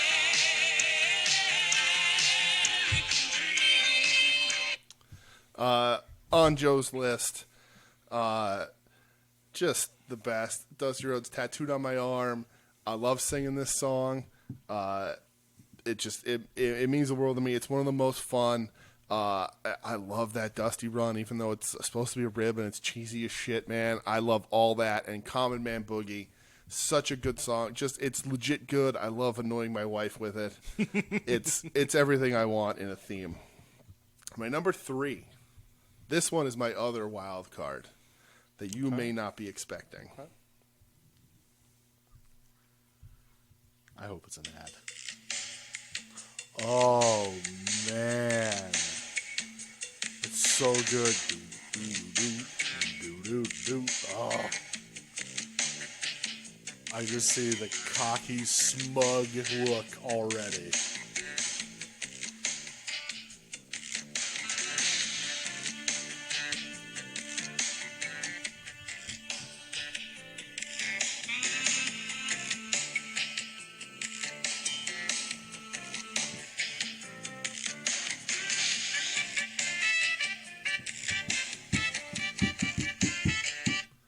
Eddie Guerrero's WCW heel theme. Dude, that is such a good theme. It's an all-timer, man. Yeah. And this is one I had a couple switched in and out here that didn't make my honorable mentions. I had Ultimo Dragon Separados, his Japanese and Mexican theme. Sure. I was playing with all that kind of stuff. But, man, that one, that's Eddie to me. It's just so slimy and cool. He's pissed off. Right. Oh, I love right. That run of Eddie made me fall in love with Eddie. That's my favorite run of Eddie. Right, it's my favorite. I know everybody's run like of lie, cheat, and steal. No, right. That was my Eddie. That's my Eddie, and that one I had to get that on there. It's killer for me. All right, number 2. This has been a theme on everybody's list. Oh, that's an ad. Of course it is. Lousy ad. Oh, good advertisement for Disney Plus. There you go.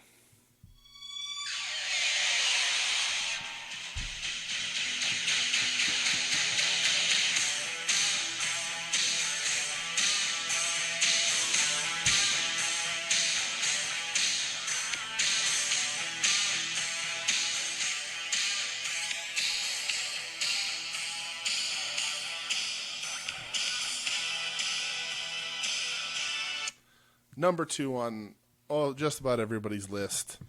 I just watching Hitman on Saturday, hearing that song, it's so good. It is probably the best Jim Johnson written theme. It's killer. It's just so good. Hard to not be number 1. Based on how much everybody ranked it at number 2, it might make it number 1. It might, man, because that song is amazing. Right. But I'm gonna jump to my number 1 right here. Controversial for sure. Okay.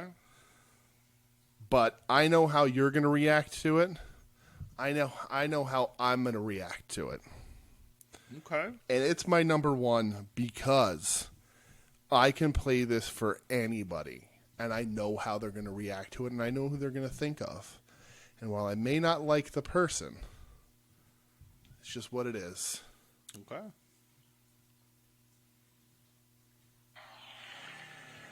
Oh, boy.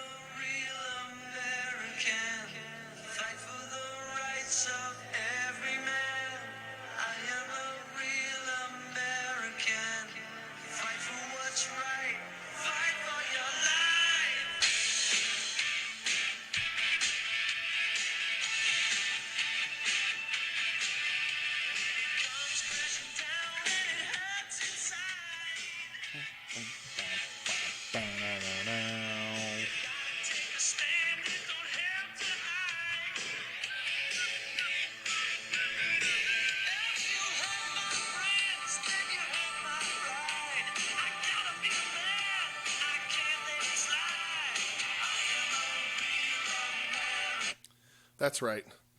The U.S. Express entrance music. Oh, my God. Perry Window Mike Rotunda, the U.S. Express. Oh, my God. Real American. Listen, this pretty much right away, this was my number 1, no question. because I will play it for anybody, and you're gonna do the poses. You're gonna flex it out. Just always. I don't like Hulk Hogan. When I was a kid, I wasn't a huge Hulkamaniac. You know, my parents who didn't know much about wrestling knew how big Hulk Hogan was, so they bought me Hulk Hogan stuff. I feel like it was just such a household name. Like I was much more into Macho. I was much more into Warrior, and I was thinking like I listened to Warrior's theme, and I was like, it's a great theme, but like I think that Warrior theme for me, without seeing Warrior run to the ring and so hyped, the theme doesn't really do it for me there. It's combined with the visual, which, you know, may or may not work. I know they're all entrances. We're very entrance heavy today. But nothing wrong with that. That one to me, man, like, again, and it's hard because I hate Hulk Hogan. I think he's a piece of shit. But when that comes on, man, I gotta flex. I gotta do the poses. You're flexing right now. I gotta do the ear. You know, like you have to. It's so recognizable, and man, it just for me, it's number one. Rick Derringer, you know, doing the U.S. Express theme music. You can go look online and see the one time they used it. The U.S. Express used it, dude. Out. It's wild to me how they used it. But yeah, that's you know, to me, there's just no denying the power of that. And just because literally anybody, lapsed wrestling fans now, young wrestling fans who didn't watch wrestling when Hogan was actually wrestling and using that theme, know to do the flexes and the poses. Absolutely, they know what it is. So that's my number one, and that's my list, man. Right. And I'm pretty confident in it. So rattle off your top five again, real quick. My top five to one is Mastodon, Vader. 4 is Commie Man Boogie, which I already kind of want to move up a little bit. But Eddie Guerrero's heel theme in WCW, Heart Attack, specifically it's like the 1994 version. Like that's the era, and then Real American, US Express. Those are just fun to me. I can probably swap out 3 of those to a bunch of other things. Yeah. It hurts me that Honky Tonk Man isn't on here. Definitely in the top 10 for me. Now it surprises the shit out of me. It's been my ringtone forever. Yeah, that's why it surprised me. And I love it. And like, I don't know that there's a wrestler who has gotten more mileage out of their theme song, because that asshole shows up on an indie show, sings that song, charges $10 a photo, and fucking leaves. But and I do love it. That's my number 6, maybe. Like it's right around there. But I don't love it as much as I love Common Man. All right. So hey, it's your list, dude. And like, I wanted to throw little wild cards in there, and that Eddie Guerrero theme is that's an underrated banger for me right there. So you're up, pal. I made a list before this. I'm like, I'm just gonna freestyle it. And while we were sitting here, I changed like 2 or 3 songs already because I just like all top 5 lists. They are fluid. Yes. So my 3 honorable mentions. Mm-hmm. Number 1 is the Hollywood Blonde Satan's Sister theme song. Okay. Are you familiar with this? I probably know it to hear it, okay. but it's such a badass riff. Okay. And I don't know, it just made me feel like somebody's about to get fucked up. Okay. And I love it. You're not going to play it? Did you play your honorable mentions? Oh, I didn't play my honorable mentions. No, right, that's honorable mentions. Right. We're going to do it. No, you said it. We're doing it. Because I don't know it, so I just want to hear it. Okay. 2 of my honorable mentions weren't actual theme songs. So okay. You know what? Let's at least play this one because I'm not sure that I know it. Cue this up.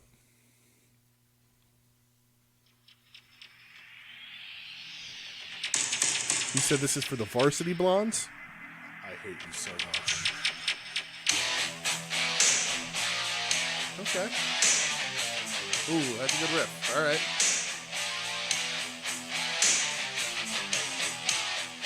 That could be an actual hardcore breakdown. It's so good. All right. That's good. I could not have picked that one out. Thank you for playing it. Okay. My next honorable mention, I'm going to play it too. Okay. And there's a reason why it is. And it's because you know that he won't be your weekend lover. Fucking ads. I hate ads so much. Shut up. Yes. What is this an ad for? Games. I'm glad that it got you like it got me. All right, come on. I can't even skip it. It's not letting you skip it? Fucking YouTube, what was it, 15 man. seconds? Yeah. Oh, yay.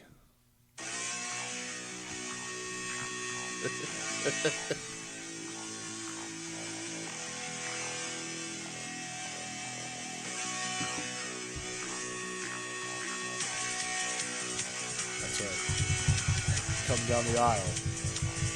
Live on WCW Saturday night.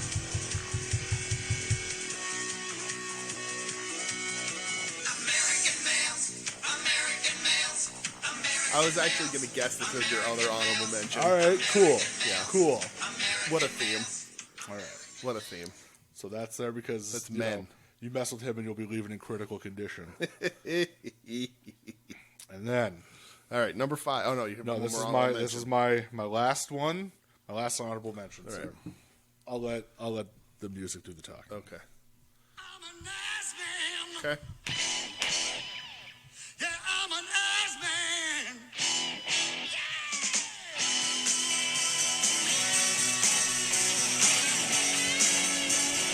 I love to love 'em. I love to kick 'em. I love to shove 'em. I love to stick 'em. Already your honorable mentions beat the shit out of my honorable mentions. That is part of my honorable mentions because, as we all know, the rule of thumb in life is that the best surprises always sneak up from behind. This is the second time that theme song has been mentioned on this episode, and like the 30th time it's been mentioned overall. As you can tell, my honorable mentions were definitely a little fuck around. Sure. But They're great. Right. I truly love them. those songs. Right. Absolutely. So much fun to sing and fuck around with. All Absolutely. right. This is where things got real hard for me. Okay. Because I had about 2 or 3 other songs in this. This is going to be locked. This is a podcast that will be locked on the internet forever, so you're Yes, not allowed to change your mind. This is Everything you put on the internet is locked in stone forever. Yes. So here's my number 5. As long as I don't get an ad.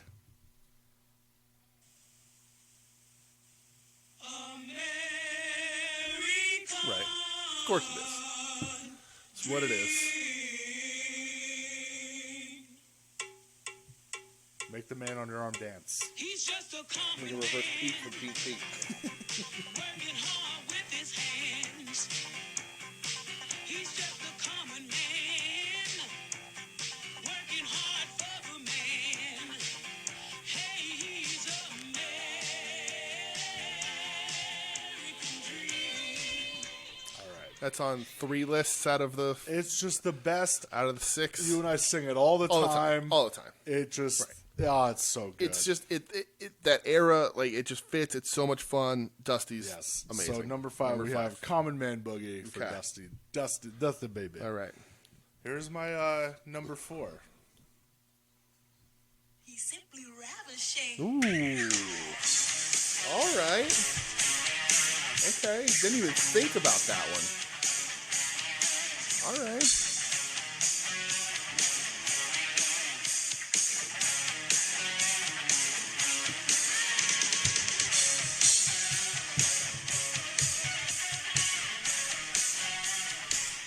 So we have If you listen to the A show this week, you got a big old spot for that man on Marcus's show. from WCW Slam Jam 1, Ravishing Rick Rude, simply ravishing. I asked this question on Twitter a while ago. Do you like his WCW theme more or the WWF one? You know, I answered it all the while ago when you asked, and I don't remember my answer. For me, it's WCW. yeah, I'd have to listen to them again. It's but- just sleazier. yeah. I mean, his WWF one's pretty sleazy, Yeah, but I like this is the- I like the this is sleaze. like Rick Rude. Like I'm gonna Right. fuck your wife and your girlfriend too, buddy. There you go. God bless him. Yeah. All right. Number 3. Number 3. Please, no fucking ads. I hate ads. God damn it! I was like, oh, that's so There weird. once was a man from Nantucket. Oh. Speaking of Why Nantucket, won't wings they on let wings, me everybody. fucking skip? Okay, there's a truck chasing a Bronco. Busker. All right, fuck off. Wow. Thought about this. Almost put this on my list. All right. Wolfpack is back, cause I'm mass destruction. Guess who's here? The bad boys of wrestling. Testing competition, win the war, that's their mission. Not no mercy, see the race like the street. If you don't know, you better find out the Wolfpack. Here to prove a point, number 1, just believe that you don't. I gotta get to the chorus. I'll be here for them, come in the ring with them, you're never walking out again. Don't turn your back on the Wolfpack. Don't turn your back on the Wolfpack. Don't turn your back on the Wolfpack.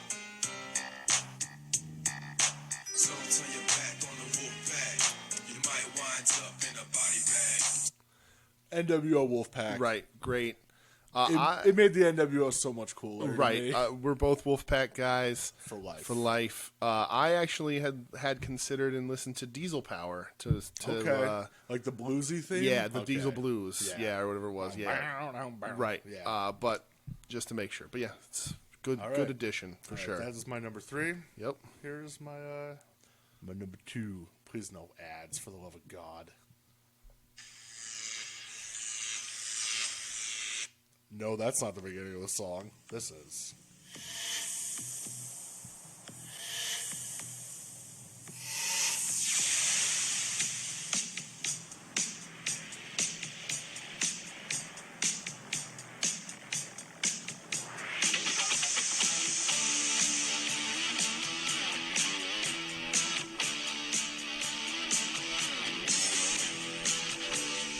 We're both doing the Michael Hayes dance in case anybody's wondering.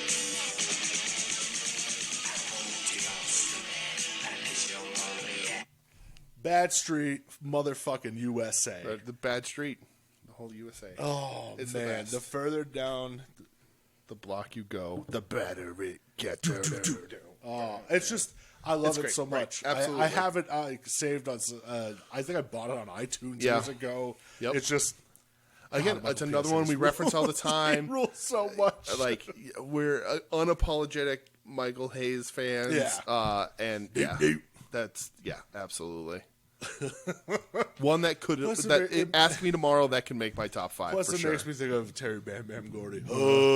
Hey, Michael.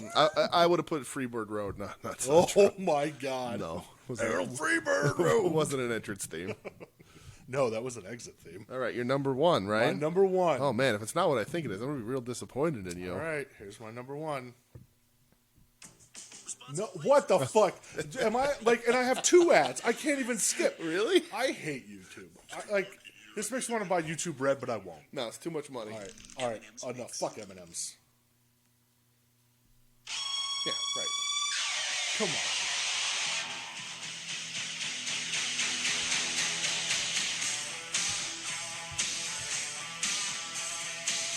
Leather jacket. Yep. Sunglasses. Wet hair. About to make some little kid's day. The excellence of execution. The man. The best there is. The best there was. The best there ever fucking will be. Bret Hart. Number 1. So, based on that, great list. Thank you. And so I changed out like 3 of them. Yeah. So I had Great Mood as New Japan theme song. I also had Minoru Suzuki's Kaze Nina Ray. I'm surprised it didn't make it on there. It was almost there, but I was just like, Great one to sing live at a show. yeah. Not that. It's better when great. but man, when he comes to the ring, Right. like especially the Tokyo Dome, Yes. and when he steps foot in that ring, Right. that whole place explodes. Right. That's it's iconic. But those are my top 5 today. So, based on the fact that King Cannon, Howard the Dave, Joe Sposto, myself, and you had Heart Attack It's the greatest theme song of at all number time. 2 or number 1, Yeah, it's the greatest theme song of all time. I think it's safe to say that that is the greatest entrance music Crown it. of all time. Crown it. I will gladly slide Real American down. Number 1 with a bullet. Dude, you hear that Heart guitar Attack. slide? Like, oh my Jim God. Johnson is the master of theme songs. It's a shame they let him go. It's the best thing he ever wrote, and he wrote a lot of songs in that company. So with a bullet, Heart Attack. Heart Attack. Number one. Number 1. I almost went with Mr. Perfect in there as well. Good one. Because I love that theme. Right. And it just fit that character Yeah. so Yep. much. I remember him and Warrior on Superstars for the Game Boy. They'd have like the like what a MIDI or whatever version it was. Yes. And I used to just stay in the selection screen because they would play when you went to pick your character. The theme song would play, and I would just sit and just listen to them through that. Yeah, great list. I think we can safely say that Common Man Boogie, making it on a bunch of lists too, deserves a spot permanently ranked somewhere in there. But number 1, the thing that matters. We've come to the conclusion, in my opinion, inarguable. Number one with a bullet, Heart Attack. Another one I came very close to doing was Owen Hart. Okay. His the Rocket theme song. I love it. There were some other ones I listened to. I listened to Austin, and I think the Breaking the Glass is great, but the rest is okay. Oh, dude, that riff is It's a good great. riff, but I don't think it's as great as some of the other ones. All right. But the Glass Break is really good. My brain always wants me to put the DX theme in there, but That's another great. But, like, there's so many great right, ones. Like right. these are just our favorites. Right. It's not downplaying anybody else's. no, right. They're your list. It's a very personal thing. But number one, you cannot argue. It is written in stone. Yep. It's carved in a wall. That's For all eternity. Stamp of approval's on it. The greatest entrance music of all time. Heart Attack. Well, speaking of things that are great, Yes. next week's NXT is going to be the Great American Kali. Oh. Bash. I Is thought- no, it's I not. thought- Is it next week? I thought we were doing top 3 Great Kali. I mean, we can. Okay. No, there is no. It's 2 weeks, isn't it? I have no idea. I may have fucked up. Oh, no. Well, too late now. I may have fucked up. I think I fucked up. I'm sorry. Did I fuck up? I don't know. Yeah, because it's on July 6th, I think, is their Great American Bash. Tuesday, July 6th, yes. Oh, well, I messed up. Well, look what you did. Well, to get you in the mood for Great American Bash, Exactly. what we're going to do is the top 3 matches from the top 3 rated Great American Bashes. Yes. And I messed up Way to go. because my scheduling's off. Unbelievable. My life is in a whirlwind. So what we're going to do, the top 3 rated Great American Bashes, we're going to do the best match from each card, kind of like how we did for In Your House a couple weeks ago. Right. So, the top 3 rated, number 3, Great American Bash 1988, The Price for Freedom. Okay. July 10th, 1988, from Baltimore Arena. The best match rated on here that we are going to watch is for the NWA United States Tag Team titles. The Midnight Express going up against the Fantastics. Okay. Don't know the match. Excited to watch it. All right. Those guys had a couple matches here and there, and some of them were pretty good. Couple two tree. Yep. The next one that we're going to watch is from June 16th, 1996. Also from the Baltimore Arena. Great American Bash 96. Yes. For the Cruiserweight title, Dean Malenko against Rey Mysterio Jr. Ooh. Okay. Both those guys bumping on TV still. Very, right? How fucking crazy is that? Very excited for that. Yep. And then the top-rated match from the top-rated Great American Bash, which is Great American Bash 1989 Glory Days, July 23rd, 1989, once again from the Baltimore Arena. Ooh. Do they do that every year on purpose? For a while they did, yes. We are going to watch, for the NWA World Heavyweight title, Yes. Ric Flair versus Terry Funk. The middle of that feud. It's the Funker's birthday next week. Yes. And that match, I know that match well. That match is killer, and everybody's involved. Everybody who's anybody gets involved in that match at some point. It is, in my opinion, part of the greatest feud ever, and it's right there, and it's a great match. So those are three good quality. Well, I don't know the tag match, but again, these guys have had a couple 2-3 good matches in their careers. So yeah, it'll be fun. It's a good list. Yes. To prepare you for the Great American Bash. My schedule's off. I literally just looked at the text I sent you earlier today, and now I'm like, oh man, that's Yeah, that's right. That's real bad. Way to but ruin everything. No, it's fine. That's real bad. It's fine. It's good. It's cool. And those are gonna be fun matches. Yes. We'll get everybody geared up for the Great American Bash the week after. That's the NXT Great American Bash. Yes. Right. Real quick, did you buy anything this week, big boy? Oh boy. Did I buy anything this week? No. I'm gonna try my hardest to lean off the purchases a little bit. Okay.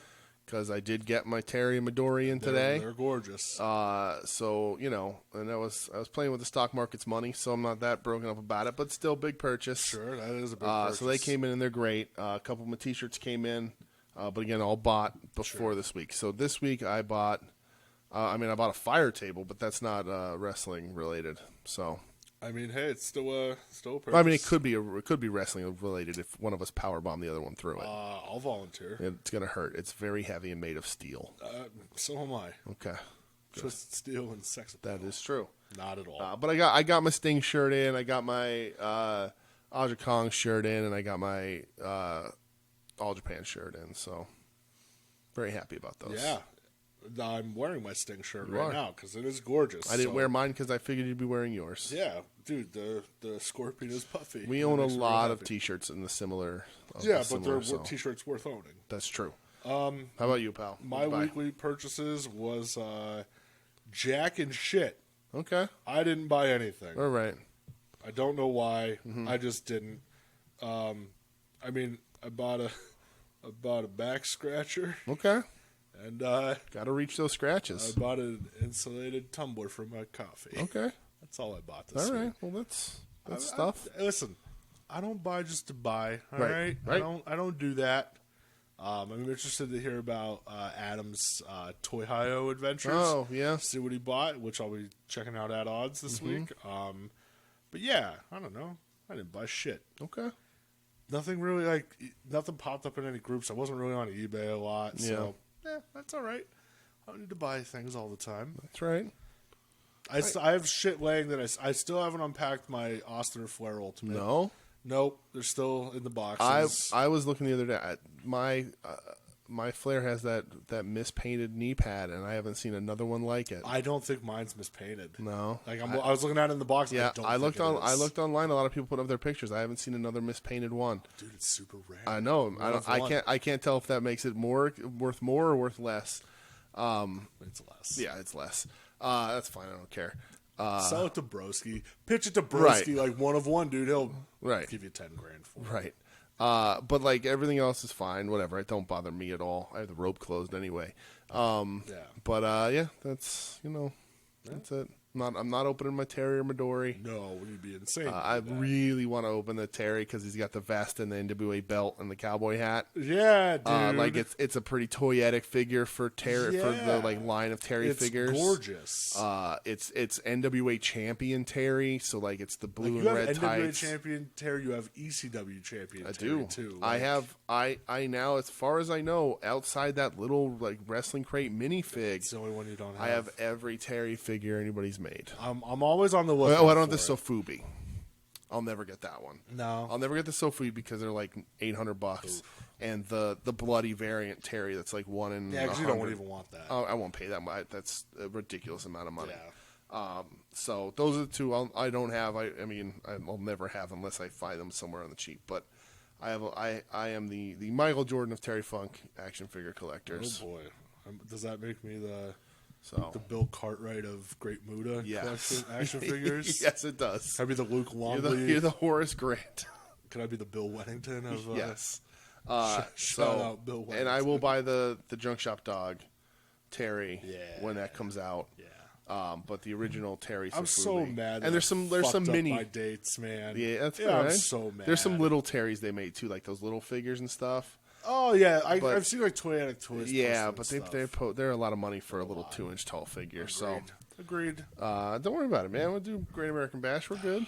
We're good. It's fine. Don't let me assign this shit All anymore. right, it's fine. I mean, I believed you, so I didn't do my research. I was like, all right, cool, whatever. Why was I convinced? It's not like I had something what? like super cool that I was excited to do or anything. So don't worry about it. I mean, we could always switch it. We could switch it. I mean, like No, right now. no. We won't Okay. switch it. All right. No, we can. If nothing comes up, we'll do what I wanted to do. We'll do that next week. We'll figure it out. Yeah. God damn it, Brett. Don't worry about it, pal. I'm mad. Don't mad worry at about it. myself. We're good. That's it. That is That's it. the end of the show. Yes. Thanks for listening. Thanks for writing in. Thanks for sending the Yeah. emails and hitting us up on Twitter. Thanks, everyone. Love that. Love having the input. Love the help. Appreciate Saying y'all. that the Heart Attack is the #1 hit theme song of all time. Absolutely. Everybody's lists were good. Everybody had a lot of good. Everybody's stuff. lists were real good. Yeah, really cool to see everybody's sort of opinions on that kind of stuff. This was a Yeah. lot of fun. So back to 3 matches. Great American Bash next week. Until then, you can find us on Twitter at We Need Wrestling and on Instagram at the same. WeNeedWrestling.com. We're available on Spotify and Podbean and Apple and Google and wherever else. I don't even know. You can also find us at the soon-to-be-named network at STBN Network on Twitter, soon-to-be-named-network.com, soon-to-be-named-network.tumblr.com. You can go there to find all the other shows. We've talked about them throughout the show, so I'm not going to mention them all here. But they're good people. Check them out. They're all over. Brett and I are also on Wings on Wings. We are 2 of the 4 hosts of Wings on Wings with my wife, Michelle, and our spiritual advisor, Doug. The show that I love and the show that hates me. Something hated me after this last recording session. Sunday was bad. Yeah. Sunday was real bad. The sauce we did this week was entitled Dr. Aspern, and it lived up to its name. I had some issues on Sunday. But anyway, so check all that out at _Wings on Wings on Twitter and on Instagram for that as well. Also up on the soon-to-be-named network stuff. Listen to the A Show at A Show on CKCC. The Boars episode is up this week. Vote for the Boar. Vote for the Boar. And you want to reach out to me personally, I'm at the Dooge, THEDOOGE. We can talk about a lot of things. We're going to see Fast 9, F9, the Fast Saga on Saturday. Rented a theater for that for friends. So we're doing that. So I'm sure I'll be talking about how great that is. But did I say what it was at the Dooge? Did I say that part? I think you did. Okay, good. How about you, pal? Where can they reach you personally? You can find me in St. Louis, like the Nelly song. No, you can find me on Twitter at BrettXEdge570. Have I been tweeting a lot since the Sixers got eliminated? Probably not. No, talk to me about Conan O'Brien, because that was his last show. Oh, yeah, Conan's the best. And I literally have tweeted 2 things since the Sixers last time. Sad. Let's go Philadelphia Union. Let's go soccer. Okay, that's where you're at now? Let's go soccer. You're going to invite a lot of goblins into your life that you do not want invited if you start watching Listen, soccer. I'm not a hooligan. I don't fucking know. Okay. I was going to watch the Philly Union game last night, and I was like, oh, I'm going to go get ice cream with my friends instead. But yeah, I don't know. Let's go Union or something. At BrettXEdge570. Holler at your boy. And that's all that I have. That's it. Thanks for listening. For not having a lot of stuff to talk about, we certainly filled this time. You know how this goes. Absolutely. We'll see everybody next week talking some pre-Great American Bash, Great American Bash. Fuck off. In the words of Little John, peace up, A-Town down. Bye. You're listening to the soon-to-be-named network, the Lamborghini of podcast networks. Knock it off, nerds!